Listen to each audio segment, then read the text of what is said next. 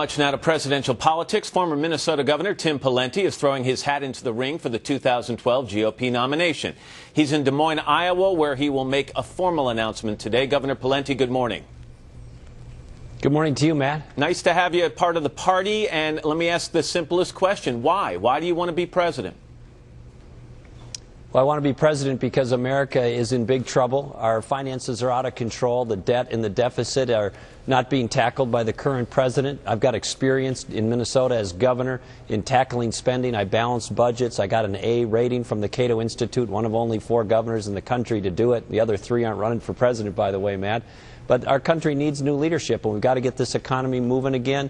President Obama, unfortunately, doesn't have the courage to look the American people in the eye and tell them the tough truth, the things that we're going to need to do to get our spending under control. I'll do that. I was going to wait till a little later in the interview to bring this up, but since you talk about balancing budgets and your record in Minnesota, let me ask you about this. A former Republican governor of the state of Minnesota, Arne Carlson, had this to say about your time there and your fiscal responsibility. Quote, "I don't think any governor has left behind a worse financial mess than he has." This is a Republican saying that. How do you respond?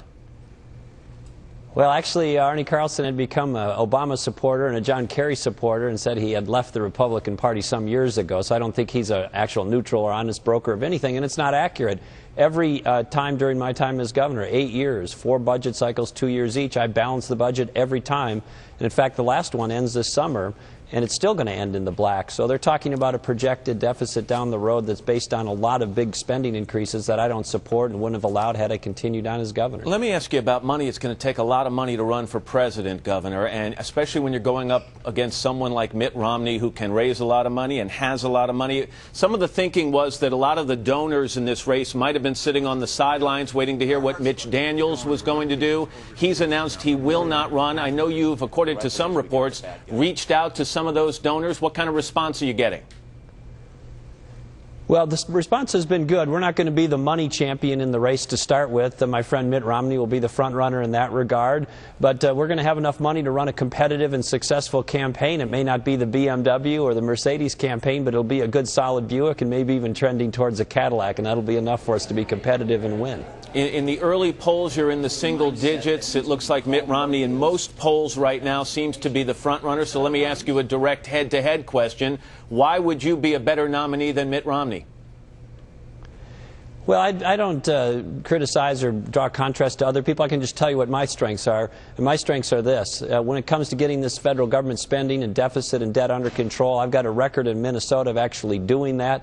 Like I said, there's only 4 governors in the country that got that A grade from Cato Institute. I did. I cut taxes. I did market-based instead of government-based health care reform, performance pay for teachers, public employee pension reform.